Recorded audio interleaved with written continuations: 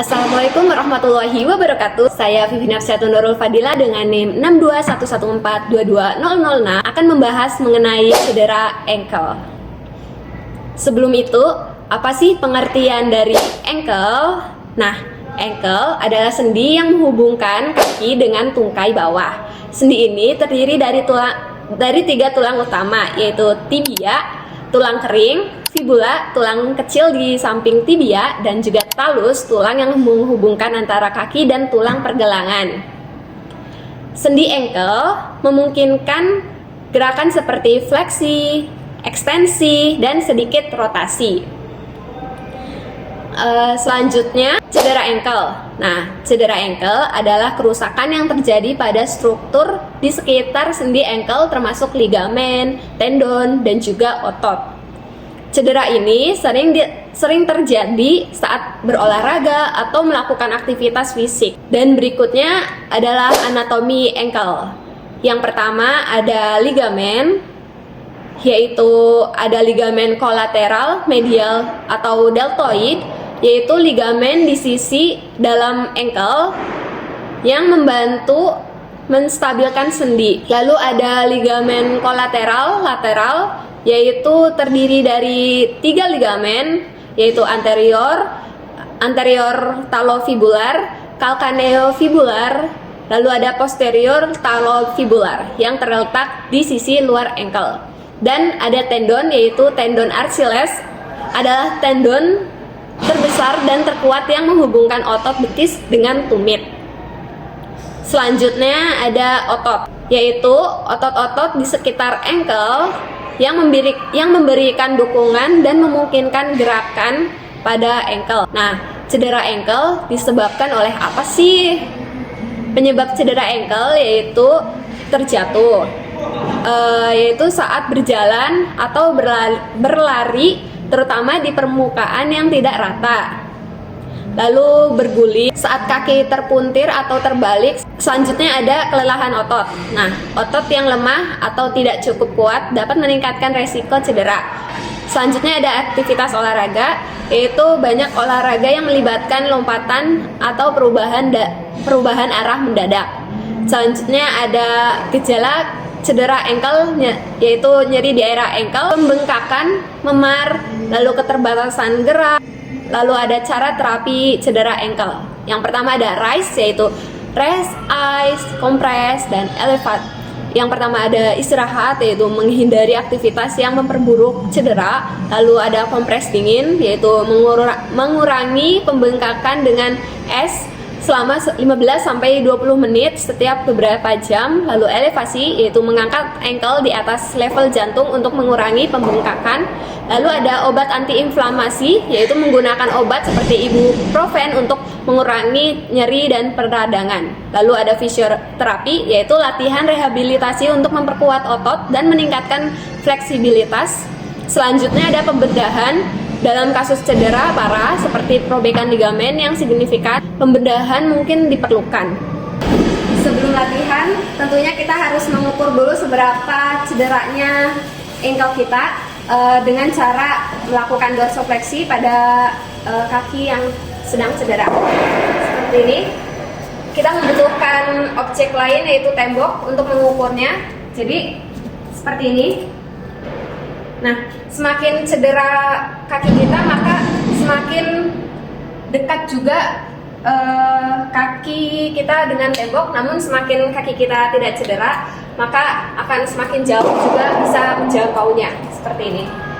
Kebetulan kaki saya tidak cedera, jadi kaki ankle saya juga bisa menjangkau ke tembok walaupun dengan jarak yang jauh. Nah, seperti ini kan jauh. Nah, tapi saya tidak merasakan kesakitan.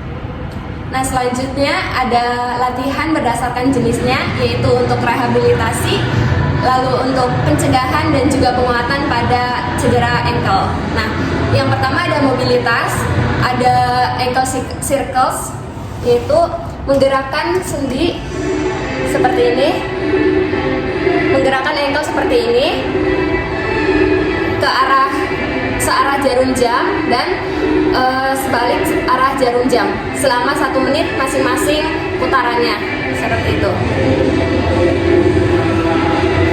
Selanjutnya ada inversion stretch dan eversion stretch, yaitu inversion stretch itu untuk meregangkan otot-otot di sisi dalam ankle. Nah, bisa dipraktekkan seperti ini. Nah, bisa dilakukan sebanyak 10-15 kali.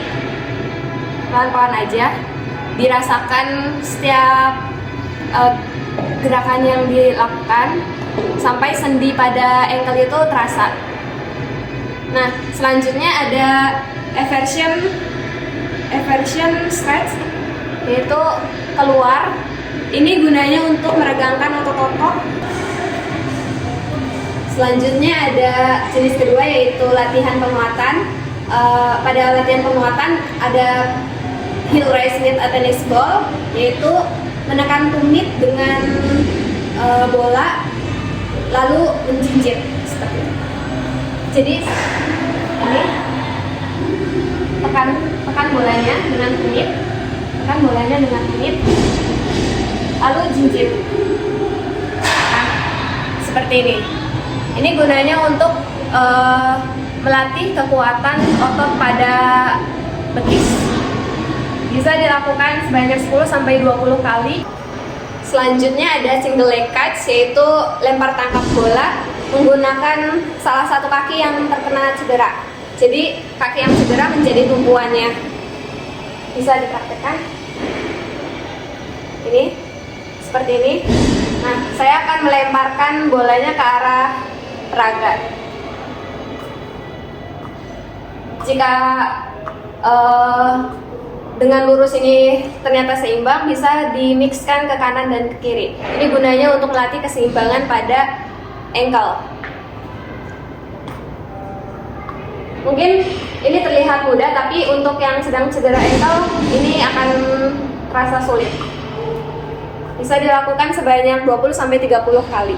Selanjutnya ada single leg hop, yaitu lompat dengan tumpuan kaki yang sedang cedera. Nah, untuk single leg hop ini tentunya untuk cedera yang sudah di fase penyembuhan atau fase-fase yang sudah melewati fase akut. Jadi untuk mencegah cedera terjadi kembali itu harus disarankan oleh yang sudah ahlinya tentunya. Bisa dipraktekkan single leg hop. Nah, seperti ini. Lalu lompat ke depan, ke belakang sebanyak 10 kali. Tentunya ini harus pelan-pelan aja karena bisa cedera bisa kembali datang, tapi ini juga tentunya sangat bermanfaat untuk penguatan pada ankle kita. Lalu dimixkan ke kanan, ke depan, lalu ke samping. Selanjutnya ada strength pairing with a resistance band. Kita memerlukan tentunya resistance band. Nah, yang pertama ini kita taruh pada kaki yang sedang cedera, lalu ditarik, nah sampai terasa. Terus, nah tarik seperti ini. Bisa dilakukan sebanyak 10-20 kali. Nah, seperti itu. Lalu selanjutnya ke depan, didorong. Nah, seperti ini. Ini tentu untuk melatih kekuatan pada ankle juga. Selanjutnya ada inversion with a resistance band dan eversion with a resistance band. Inversion itu ke dalam. Nah, seperti ini. Sama seperti tadi, bisa dilakukan sebanyak 10-20 kali. Seperti itu. Lalu eversionnya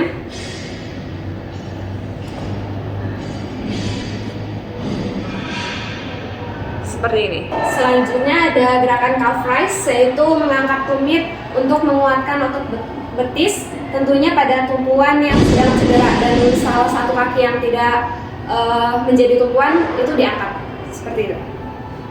Calf raise, jinjit. Ini bisa dilakukan sebanyak 20-25 repetisi. Pelan-pelan aja. seperti itu. Selanjutnya ada to walks, yaitu berjalan di atas jari jemari kaki seperti ini. Tekan, jalan. Nah, lalu kembali lagi. Ini yang namanya to walks untuk menguatkan otot-otot pada kaki. Lalu ada heel walks seperti ini. Nah, seperti itu. Ini juga sama untuk menguatkan otot-otot pada kaki atau juga ankle. Lalu ada inversion walks, yaitu ke dalam seperti ini. Bisa jalan, lalu kembali lagi. Dan yang terakhir ada eversion walks ke arah luar seperti ini. Nah, untuk jenis terakhir atau jenis yang ketiga ada latihan keseimbangan, yaitu ada core crunches seperti ini. Tumpuan pada kaki yang sedang cedera dan salah satu kaki lainnya menjangkau ke searah jarum jam seperti ini. Lalu jarum jam, tekuk lagi. Nah, tekuk lagi ke belakang, tekuk lagi ke samping lagi. Nah, seperti itu. Nah, latihan core crunches ini untuk melatih keseimbangan dan juga untuk melatih stabilitas pada ankle kita. Selanjutnya adalah penggunaan tapping pada ankle. Sebelumnya siapkan dulu tappingnya. Nah, sebelum melakukan menapping pada kaki, itu kita harus mempelajari dulu tarikan pada tapping. Nah, jadi tarikan pada tapping ini kalau misalnya tarikannya harus 50%, maka 50% dari panjang ini ditarik 50%, lalu kalau 90% maka ditariknya sebanyak 90% dari panjang ini, nanti sampai sini seperti itu. Nah, untuk mengukur tapping pada ankle ini bisa diukur dulu dari sini. Jadi nggak usah panjang-panjang, karena nanti juga kan akan ditarik sebanyak persenan yang tadi. Nah, saya ukur dulu dari sini ke sini, digunting.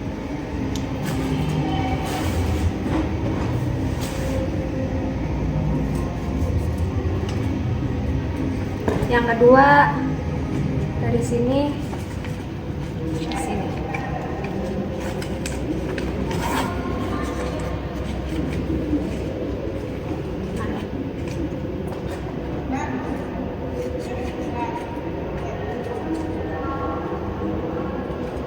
Jadi ada dua ini untuk ankle. Ini bertujuan untuk mencegah terjadinya cedera ankle ke dalam seperti ini. Pemasangan tappingnya untuk mencegah cedera ankle ke dalam. Sebelumnya tapping ini harus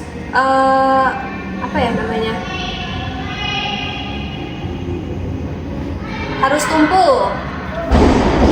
Gak boleh begini, nanti cepet copot. Nah, seperti ini.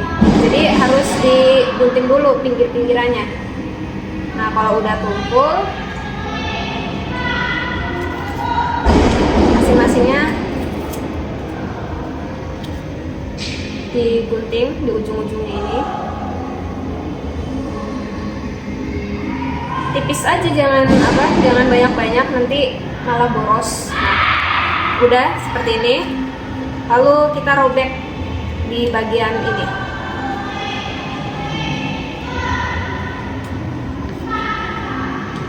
Nah, untuk ujung itu tidak boleh ditarik. Sekian dari saya. Wassalamualaikum warahmatullahi wabarakatuh.